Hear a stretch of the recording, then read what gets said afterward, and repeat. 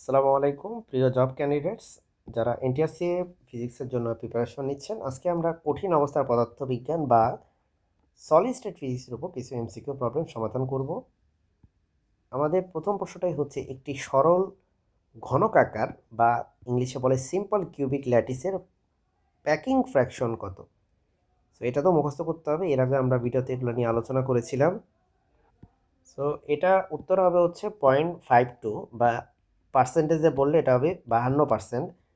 এই জিনিসটা একটু বোঝায় বলি। প্যাকিং ফ্র্যাকশন মানে হচ্ছে আপনার এই যে সিম্পল কিউবিক, সেটা কণা দ্বারা, অ্যাটম দ্বারা, মানে অ্যাটম বলতে মূলত যেই ম্যাটেরিয়াল দিয়ে তৈরি, যেই কনস্টিটিউন্ট দিয়ে তৈরি, সেগুলো দ্বারা টোটাল 52% ফিল্ড আপ থাকে, বাকি 48% ফাঁকা থাকে। সো এই জন্য এটার মান হচ্ছে 0.52।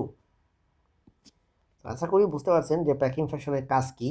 এরকম যদি আপনারা বেসিক সহকারে জানতে চান, তাহলে আমার একটা চ্যানেল আছে অনার্স ম্যাথ ফিজিক্স, অবশ্যই এই চ্যানেলটা সাবস্ক্রাইব করবেন, কারণ এখানে আমরা ফিজিক্সের বেসিক রিলেটেড আলোচনাগুলো করে থাকি, যেটা আসলে এমসিকিউ ভিডিওতে সবসময় ডিটেলসে করা সম্ভব হয় না। এরপরে ব্র্যাগের সূত্র অনুযায়ী এক্স রে বিচ্ছুরণের সঠিক সমীকরণ কোনটি? এটা হচ্ছে N lambda equal to 2d sine theta, তার মানে হচ্ছে ক নাম্বারটা হবে উত্তর, তাই না? তো ব্র্যাগের সূত্র আপনারা হোপফুলি জানেন, আমি ব্যাখ্যাটা খুব একটা বেশি করবো না, খালি বলবো এন হচ্ছে অর্ডার নাম্বার, আর ল্যামডা হচ্ছে এখানে ওয়েভলেন্থ বোঝায়, ডি হচ্ছে এখানে ইন্টারপ্ল্যানার স্পেসিং বা আন্তঃতলীয় পার্থক্য, আর আন্তঃতলীয় দূরত্ব বলতে পারেন, আর থিটা হচ্ছে এখানে ব্র্যাগ অ্যাঙ্গেল। তাহলে এখানে ভাই এই সূত্রের প্রমাণও কিন্তু আপনি ওই একই চ্যানেলে অনার্স ম্যাথ ফিজিক্সে পেয়ে যাবেন। জাস্ট চ্যানেলটা আপনি চোখ বন্ধ করে সাবস্ক্রাইব করে রাখেন, আগে চোখটা খুলে সার্চ দিবেন, পরে বন্ধ করে সাবস্ক্রাইব করে ফেলবেন, দেখবেন ইনশাল্লাহ এখান থেকে উপকৃত হবেন।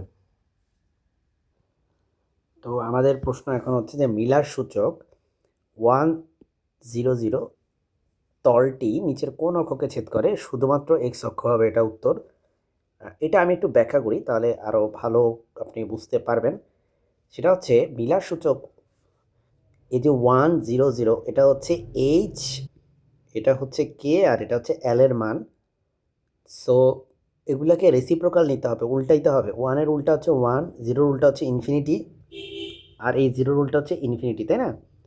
তাহলে এই জিনিসটাকে, এটা ওখানে আমরা বলি ইন্টারসেপ্টস। ইন্টারসেপ্টস, হ্যাঁ, ইন্টারসেপ্টস হচ্ছে মূলত একটা পয়েন্ট, যে পয়েন্টে আর কি কাট করে আমাদের এই তলটা, কাট করে কাকে কাট করবে? এক্স এক্সিস, ওয়াই এক্সিস এবং জেড এক্সিস কাট করবে। সুতরাং এক্স এক্সিসকে কাট করে এক্স ইকুয়াল টু 1 বিন্দুতে, ওয়াই এক্সিসকে কাট করে ওয়াই ইকুয়াল টু ইনফিনিটি বিন্দুতে, আর জেড এক্সিসকে কাট করে জেড ইকুয়াল টু ইনফিনিটি বিন্দুতে। এই কথাটা মানে হচ্ছে আসলে আমরা যে প্লেনের কথা চিন্তা করতেছি, সেই প্লেনটা আপনার এক্স এক্সিসকে এক নাম্বার, মানে এক্স ইকুয়াল টু 1 বিন্দুতে কাট করে, কিন্তু ওয়াই এক্সিসকে ইনফিনিটিতে কাট করার কথাটা মানে হচ্ছে ওয়াই এক্সিসকে আসলে কাটই করে না, জেড এক্সিসকে কাটই করে না। তাহলে কি করে?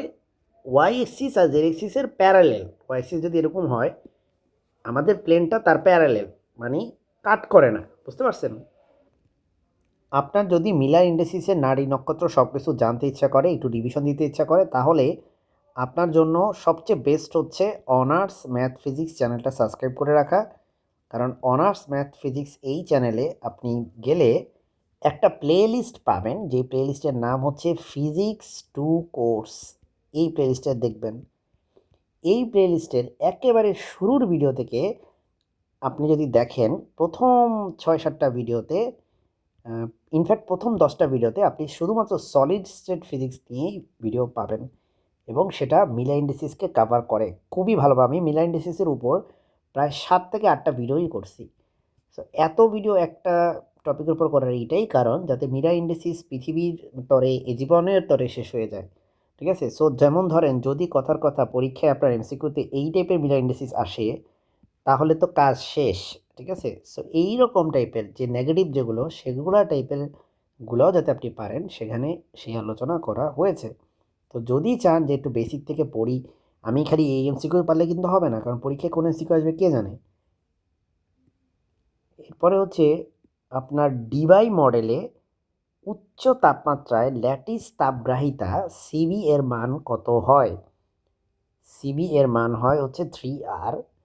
আপনার ডিবাই ও আইনস্টাইন উভয় মডেলের ক্ষেত্রে, ডিবাই মডেল ও আইনস্টাইন মডেল উভয় মডেলের ক্ষেত্রেই উচ্চ তাপমাত্রায় ক্লাসিক্যাল যেই থিওরিটা আছে সেটা হচ্ছে ডুলং পেটিট।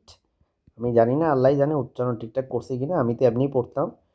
ডুলং পেটিট সূত্র থিওরি যেটা, সেটা মেনে চলে। সেই থিওরি মতে 3R ছিল, উচ্চ তাপমাত্রায় মেনে চলে। এর পরের প্রশ্ন হচ্ছে টাইপ 1 সুপার কন্ডাক্টরদের বা অতি পরিবাহীদের ক্ষেত্রে মেজনার এফেক্ট কি নির্দেশ করে? আমরা মেজনার এফেক্ট নিয়ে অনেক আলোচনা করছি অন্যান্য ভিডিওতে, আমি এখন একটু খুব সংক্ষেপে বলবো, বেশি বলতে চাই না। ধরেন এটা একটা সুপার সুপার কন্ডাক্টর, এটা একটা আমি যেটা আঁকলাম এই মাত্র। সো যদি আমি চাই যে একটা ম্যাগনেটিক ফিল্ড এটার ভিতর দিয়ে পাস করতে, সেটা পাস করবে না, সেটা রিপেল করে এইদিকে বের হয়ে চলে যাবে। সো এইভাবে করে ম্যাগনেটিক ফিল্ডটা পাস করবে না, সেটা চলে যাবে রিপেল করে। এটাই হচ্ছে বৈশিষ্ট্য, ম্যাগনেটিক ফিল্ড হচ্ছে এভাবে চলে যাবে তাকে বাঁকিয়ে, মানে তার এগেনস্টে বেঁকে এভাবে চলে যাবে। চাইলেও সে হচ্ছে এটার ভিতর দিয়ে ঢুকতে পারবে না। সেটা হচ্ছে টাইপ 1 সুপার কন্ডাক্টরদের ক্ষেত্রে আপনার মেজর প্রভাব। তার মানে কি নির্দেশ করে?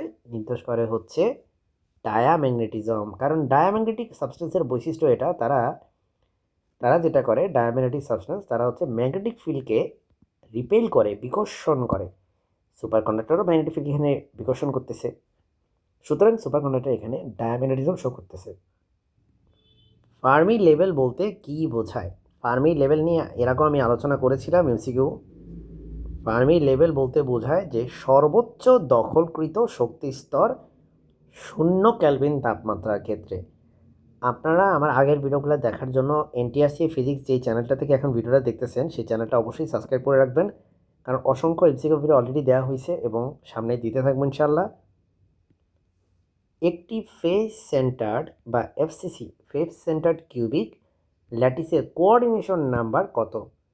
এর উত্তর হচ্ছে 12।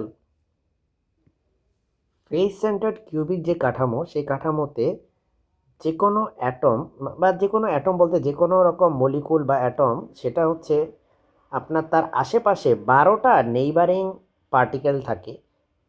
তো সেজন্য তার কোঅর্ডিনেশন নাম্বার হচ্ছে 12। প্রত্যেকের জন্য আশেপাশে 12টা করে থাকে। ব্লচ থিওরেম কোন ক্ষেত্রে ব্যবহৃত হয়? ব্লচ থিওরেম ব্যবহৃত হয় পর্যায়বৃত্ত বিভবে ইলেকট্রনের গতি, এই ক্ষেত্রে পিরিয়ডিক পোটেনশিয়ালের ক্ষেত্রে ইউজ হয়।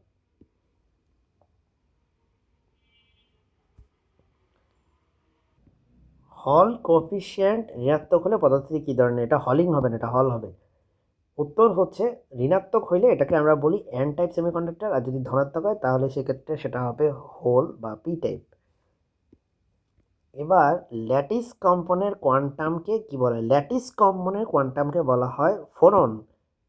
আর ইলেকট্রোম্যাগনেটিক কম্পনের যে কোয়ান্টাম পার্টিকেল, সেটার নাম হচ্ছে ফোটন। এই ছিল সলিড স্টেট ফিজিক্সের উপর আজকের আলোচনা। আমার চ্যানেলটি সাবস্ক্রাইব করে রাখবেন। আসসালামু আলাইকুম।